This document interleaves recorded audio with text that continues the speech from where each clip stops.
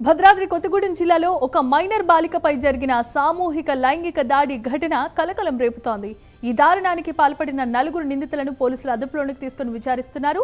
వారిని రిమాండ్కు తరలిస్తున్నట్లు DSP L Adinarayana తెలిపారు. కొత్తగూడెం 2 టౌన్ పోలీస్ స్టేషన్ పరిధిలో రామవరానికి చెందిన 17 ఏళ్ల బాలికపై 3 దుండగులు అఘాయిత్యానికి పాల్పడ్డారు. ప్రేమ అనే పేరుతో గరీపేటకు చెందిన ఆటో డ్రైవర్ మూర్తి రామకృష్ణ బాలికను ఆటోలో ఎక్కించుకుని అత్యాచారానికి పాల్పడినట్లుగా తెలుస్తోంది.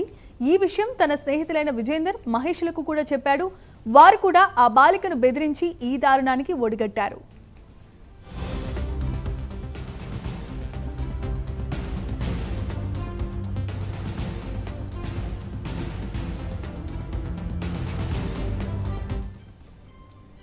పట్టణంలో ఒక రూమ్లో ఈ అత్యాచారం జరగగా ఆ రూమ్కు చెందిన ఏఆర్ కానిస్టేబుల్ సహకరించిన మరో యువకుడిపై కూడా పోలీసులు కేసు నమోదు చేశారు.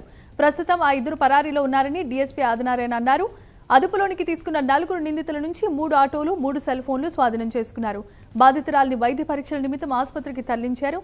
నిందితులకు కఠినమైన శిక్ష పడేలా ఛార్జ్షీట్ దాఖలు చేస్తామన్నారు డీఎస్పీ. 11/7/2026 నాడు సాయంత్రం 2 టౌన్ పోలీస్ స్టేషన్ లో మైనర్ బాలిక పైన 3 వ్యక్తులు ఒకరి తర్వాత ఒకరు అయిష్టంగా మానభంగం చేశారని చెప్పి కేసు నమోదైంది. అట్టి కేసులో ఈ రోజు ఫర్దర్ ఇన్ఫర్మేషన్ పై మేము అంబేద్కర్ రిజర్వ్ ఫారెస్ట్ దాంట్లో ఒక ఆటో, 3 ఆటోలు, ఒక 4 వ్యక్తులు కలిగి ఉన్నారు.